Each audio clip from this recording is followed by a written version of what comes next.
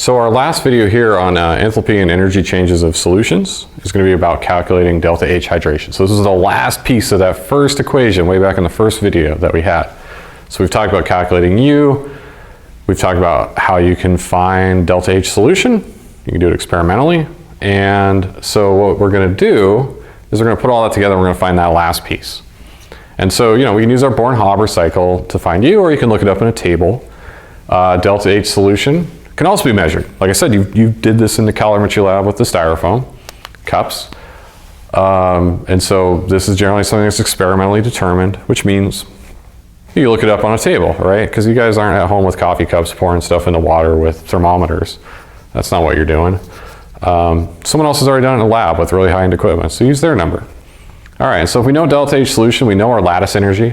That means we can calculate delta H hydration. So that equation from earlier, delta H solution equaled negative U, because we had to tear the stuff apart. They weren't coming together. We were tearing them apart. So we're doing the opposite of what the lattice energy accounted for. So we have to flip the sign on it. And then we just add delta H hydration. And this was the enthalpy change of all the stuff in the solution. This is what was going on with the solvent. It's now interacting with ions, not just itself. So you're breaking up dipole-dipole interactions of the solvent, and you're adding in ion-dipole interactions of the solute moving around in the solution. So we rearrange this. We want to solve for delta H hydration. Well, through the cunning art of addition this time, you get delta H solution plus U. That's going to be our delta H hydration. So if you know this, you know this, you literally just add them together to get this. So the last section was like a horrifying, you know, white knuckle adventure.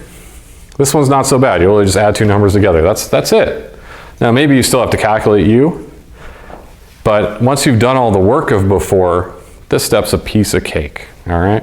So for example, you'll never guess what I'm gonna find delta H hydration of.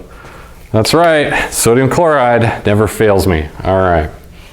So I look up the delta H solution of sodium chloride, so this is experimentally determined, and it's a whopping 4 kilojoules per mole. So, you know, that'll heat your home in the winter. Just pour salt and water, okay. And every mole of it will get you 4 kilojoules of energy. You can look up your energy bill and do some unit conversions if you want to know how little that's going to do for you. All right, and then from earlier, we've already calculated this. U was negative 786 kilojoules per mole. That was our lattice energy. So our delta H hydration is just 4 plus negative 786, which gets us negative 782 kilojoules per mole. So this step isn't bad, but I like to break it out, otherwise the video gets incredibly long.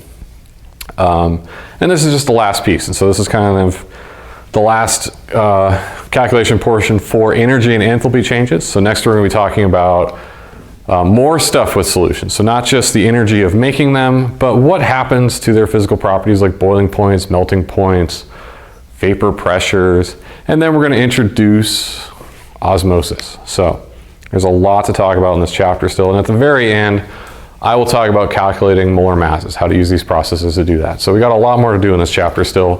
But the scariest of the math is over for the most part. I do introduce a new unit in the very next video, so enjoy that. Well, actually, no, I think it's 2 videos from now. Anyway, whenever I get to molality, you'll see.